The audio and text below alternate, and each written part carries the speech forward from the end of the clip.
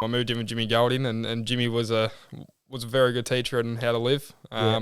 Very, very clean, and everything had to be Jimmy's way or the highway. Oh, and, really? So he's really immaculate, is he? Very, very. Yeah. And you'd come home from work, and you just, I'll be cooking myself dinner for the first ever time, and just wash up. There might be 1 or 2 rice granules left in the sink, and then just be a Jimmy yelling through the hallway at me to come out and clean out the sink, and there's only 2 little rice granules in there. Does tunes start to play because he's a DJ too? There was a lot of times there where I was asleep, and then I'll just wake up to music thinking, like, the music would get into my dream. I'm like, what's going on? Like, you're sort of walking around your dream trying to figure out what's going on, and it's just Jimmy going hard on the deck. So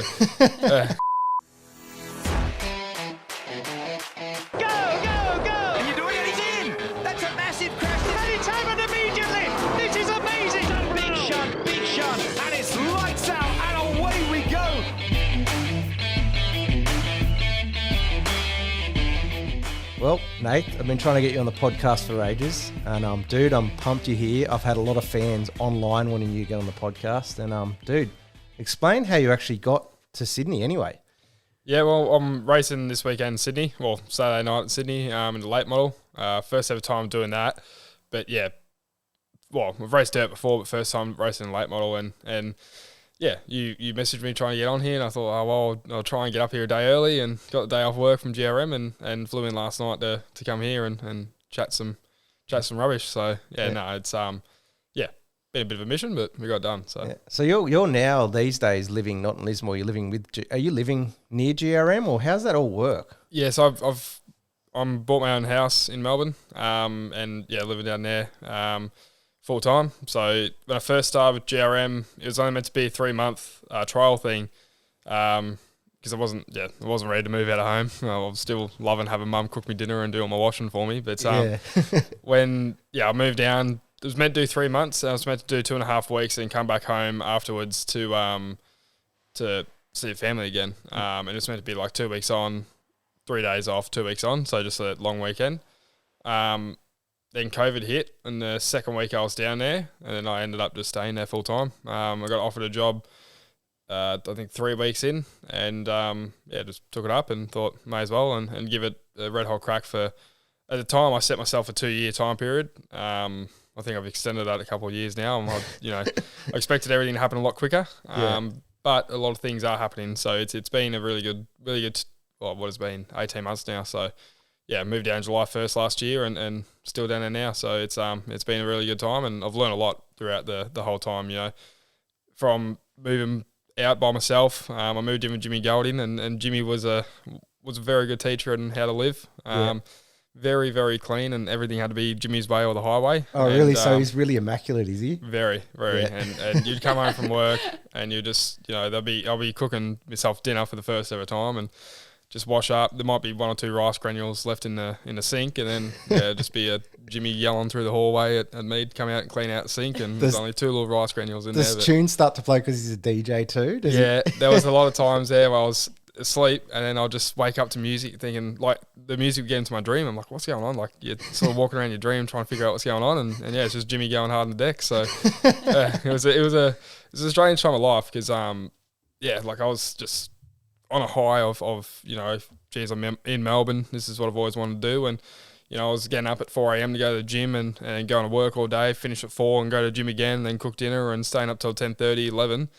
So then it got to a point where I just started crashing and going to sleep really early. And then that's when Jimmy would get in the decks. And then, I'm having music-infused naps. So, yeah. So one's a night owl, one's a day. What do you call that, Brooke? A day person? What is it? A night owl? Either nocturnal. Or that's it. Or you're just awake during the day. Yeah. I'm not really. I used to be a night person, but when I moved down there, I was just high on life, so I was just getting up and getting after it. But what was life like, obviously, before you moved down there? Because now, obviously, you've made quite a name for yourself. A lot of people have seen you on like Channel 9 News and the supercar stuff, but what was like the boy from Lismore who I met back in the day? Like, how was like the day in the life of Nath back in Lismore? I wasn't expecting that one. It was very, very boring and basic. I think I was never really one to go in the party scene too much. Me and my mates, we would always hang out at someone's house and go motorbike riding throughout the days and stuff. But never really went to parties too much. Never never really interested me.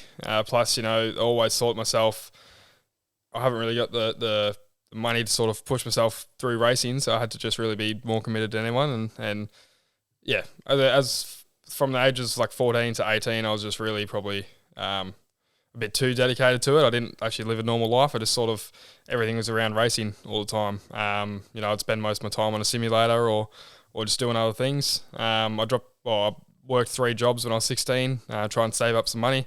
Yeah. What was those 3 jobs? Worked super cheap auto. Yeah. On the floor. I wasn't very good at it. Yeah. I'd work there. What else was there? I'd done a bit of work with PBR when I turned 17.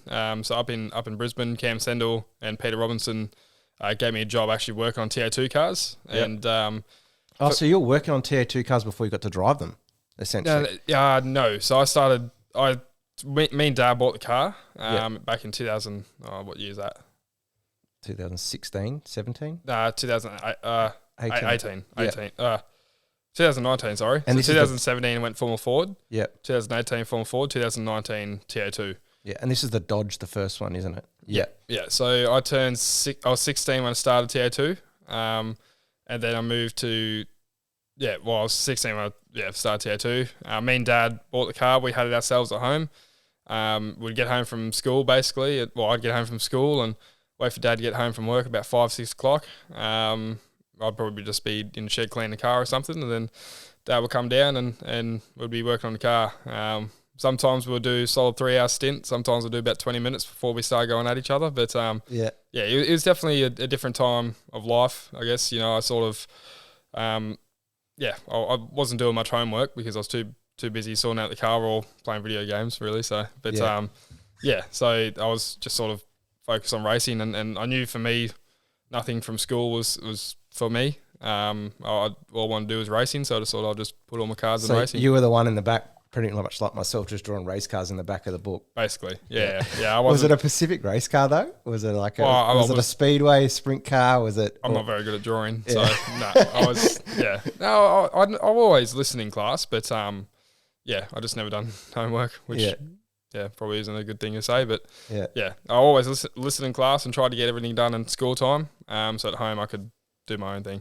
Yeah. What was the go-karts like? Because you and your sister races too, doesn't she? Yeah, both my sisters and my both cousin. Sisters. Yeah. Okay. Yeah. So when we first started, I was too young. I was only 6 when my sisters got into it. So we got into it because my dad had an accident. He broke his back. He was out of racing. Yep. Do you know what year that was? That was 2008. Okay. So it was May 30. Just before April. Yeah. What track was it? Oh, sorry, after April.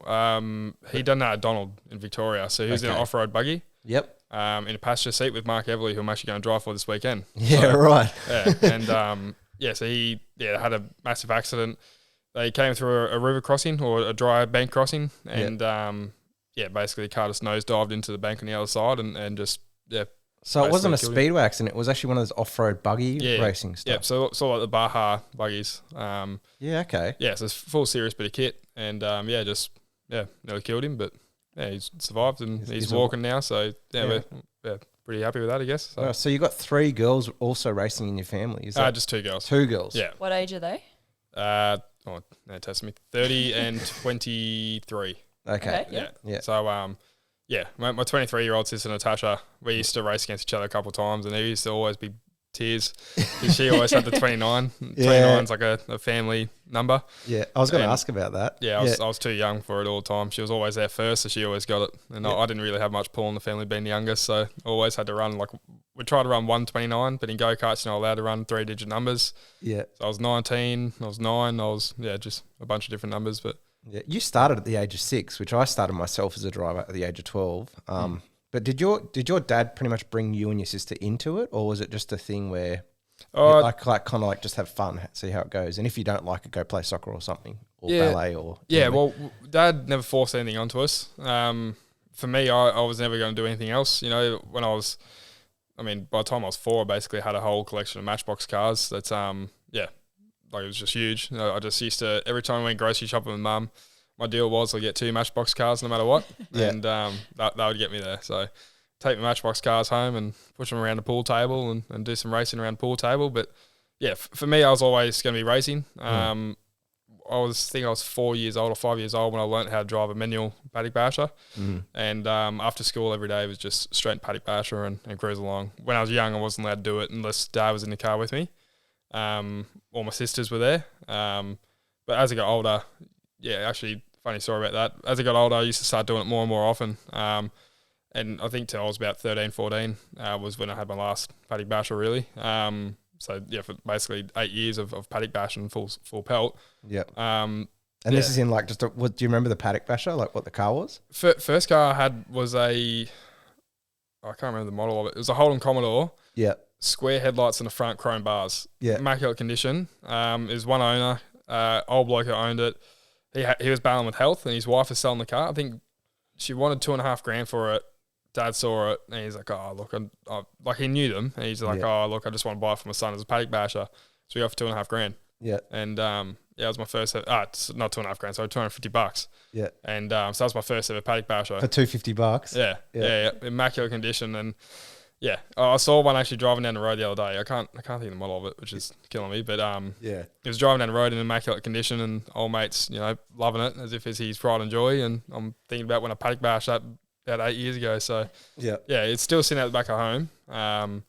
So that was my first one. My sister had a Hyundai Excel, which I used to always hate because it was front wheel drive. So in the mud, she had a lot more grip than what I did. Yep. And when I wasn't beating her, I'd give her a tap and turn her around, and that was the cars didn't end up straight for very long. We actually got into it, which was good. Dad. How old were you though when you and your sister were having to go on the Paddock Basher?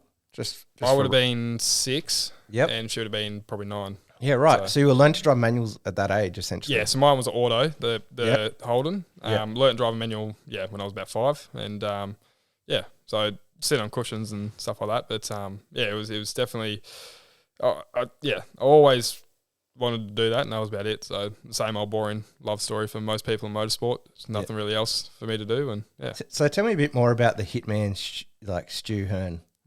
Where did do you know where his nickname came from? Has he told you any legendary stories, or is he just a quiet, angry man as you see sometimes at the track? Does he not say much? Is that why he's the Hitman? No, he does. He does actually talk a lot. He tries when he's at the track with me. He takes a passenger seat. He's just sort of there to enjoy the ride, I guess. And he always wanted to, I guess, see this side of motorsport in the Bitchman stuff. Not very many people get to see that in Lismore. And Dad obviously watched supercars and stuff like that growing up, and he never got to see it from the inside out. At least now I've gotten to a point where he can sort of see it all, and fortunately it's probably not what we all wanted to see, but it is what it is. So he sort of just takes a back seat with it. But back in his Speedway days, I don't honestly remember too much of his racing. I was 6 when he had his accident, and that was it. When I was born, he actually had his last Australian title that year. It was 2001. It was 2002, and then I was born, and after that... That was late models that he was doing, wasn't it? No, Vette modifieds. Okay. Yeah. So I don't know what happened there, if I took something away from him, but he stopped winning Australian titles after that. But so he raced since he was 17 in Speedway, I think. Yep. Funded it all himself. He always had to do it all himself, which, take my hat off to. Race cars are pretty expensive. Yep. Did he give you any advice though when you went to Victoria though? Because you said that was like literally a 3-month thing at GRM originally. Did he give you any fatherly advice, or did you just? Oh, yes and no. I don't know. I think it was it was different for both of us. I think Dad deep down knew that I was going for longer than 3 months. Yeah. I was sort of too much in a rush, I guess, for it all. It was actually through James Moffat that whole thing happened, and James just said, well, if you don't make it in 10 years' time, do you want to at least say you gave it a crack, or what's to go? You can easily stay at home and just drive and hope for the best. But, if you actually get into it and really try and show Garry and Barry dedicated, then, at least they'll see that. And Dad obviously understood that. And he did give me advice on what to do, how to set myself up in Melbourne, and how to not get myself fired in 3 months. So that was it was good. But, look, I mean, it was a very strange time. I was always one of those kids who, as I said before, never really left the house too much. Loved staying with the family and loved the parents. But, I mean, for racing, I had to sort of do it and move on.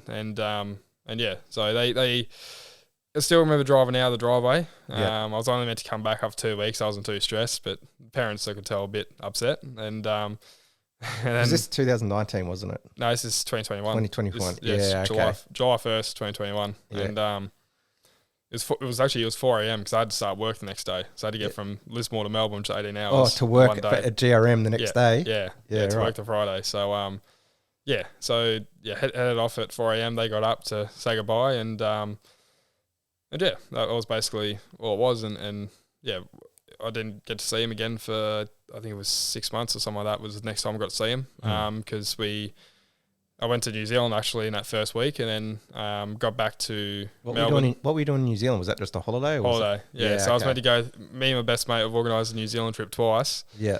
And both times one of us has been cancelled. He got locked down New South Wales, and since he'd done the border run to Victoria before it, I was able to go. So I went over there solo. And who's your best mate? Oliver Rupnick from Lismore. Oh, okay. We were meant to go to New Zealand together, and this year we booked 2 weeks, and we had a QR test day pop up in the first weekend. So I thought, we'll just go the second week, and then my late pop carked it, and that was it. So I had to go to his funeral next week. So missed out on the second New Zealand trip. But it seems like ever since I've known you, your life's like a snowball effect. Like you just constantly doing something, or something happens in your life. And I've stopped booking things until the week of now. So well, we try to book this podcast, then you're like, I'm free for the rest of the day. I'm like, well, shit, we could talk for 5 hours. Yeah. Brooke could have her own segment. You know what I mean? Like, we've got all that time in the world. Yeah, I've got to ask, because I've done the thing where you move out of home and all of that, and you came from Lismore. That's a totally different environment to Melbourne. Have you, what are the big adjustments you've had to make going from sort of like quiet Lismore down to Melbourne, and that you found that maybe stood out to you? It was honestly a lot easier than I thought. I had some really good people that I knew in Melbourne. You know, Jimmy helped me a lot in early stages. And it was definitely, I think for me, the biggest knock around was the COVID lockdowns, because I had 4 months inside of a room. And Jimmy's house was very grey and white, you know, and I've come from country where everything's all grass and different colours and vibrant. Yeah. And moving into a house in Cranbourne East, which was just, every house is identical. It sent me around to Bend for a little while there. I just couldn't work out what it was, but just couldn't sleep at night and felt real weird until I moved out. Got my own place and had grass and everything in it. And then I realised, it was just the grey and white effect. And but moving to Melbourne was it's probably been the best thing I've done, because I guess you're going somewhere where you know no one in a way. You got to start from scratch. No one knows you, so you're on an empty slate. And in Melbourne, you can surround yourself with the people you want to surround yourself with. In Lismore, you're very stuck with sort of the people you grew up with, because that's all you got. There's no one else really coming in. I was lucky enough. I had some really good mates who just love riding motorbikes, fishing, and doing all that stuff. So, every weekend we'd be riding a motorbike or going full driving or doing something stupid. This is in Lismore, is it? Yeah, back in Lismore, yeah. Yeah. We're always just doing something stupid. Never get onto the party scene too much. We just sort of cruise along and had a bit of fun during the day and slept good at night. But then when I moved to Melbourne, you can surround yourself with whoever you want to surround yourself with. I've met a fair few really good sports people and runners and stuff like that. And it's been really good. And I was very lucky to have the Rogers and Jimmy there as well. Because the Rogers sort of took me in as their own adopted son in a way, and I get on really good with Charlie and Grace, and they've kept me out of trouble down there as well. So it's it has been a good time, and I've done a lot of stuff I would never have done. Yeah, it's actually cool to have someone here from Garry Rogers Motorsport, because he's been around. He's got like a legacy. Obviously, he's got his own museum and his own workshop and stuff like that. But can you tell me about the working life? Like as you said, you literally left from Lismore at 4 a.m. in one state, and then worked literally the next day for Garry and Barry. They literally like work hard to earn your place in the team in a way. Like how's that work? Do you know what I mean? Like if you like Jimmy did as well. We started as a mechanic. Can you just tell me a bit about the Garry Rogers Motorsport life? Yeah, so it is very cutthroat, I guess. You're there at Garry Rogers because you have a passion for motorsport. You're not there to earn millions of dollars. So everyone there, it's a bit hard because everyone's sort of got the same mindset. Back when I used to work my old jobs, I'd always make sure I was better than the other guys, and the racing mindset where you always have to beat everyone else. then when you get to Garry Rogers Motorsport and Tommy, who's my number one mechanic, is there till bloody 8 o'clock most nights, you think, oh, geez, I can't beat this guy. Like they always just commit to him. Yeah. So, yeah, I mean, it's a very good place to work at. You know, everyone's sort of there for the same reason. We're not there to just get the money and move on. We're all there to really make these cars fast and get the wins on the board. And yeah, it's been really good because they're all also very young. So some of my best mates are working at GRM, and I get along with them all really well. And it's good to, as I said before, like surround yourself with like-minded people. And yeah, I mean, it really stems from the top down. Garry and Barry come in and every day they'll come around and say good day to everyone. Do the life of the workshop, say good day to everyone and ask about the day. And it's just a really good place to work. Want to hear more? Each week we will share the hottest clips from our guest interviews on YouTube. But to hear the full episode, make sure to subscribe or follow us on your favourite podcast platform.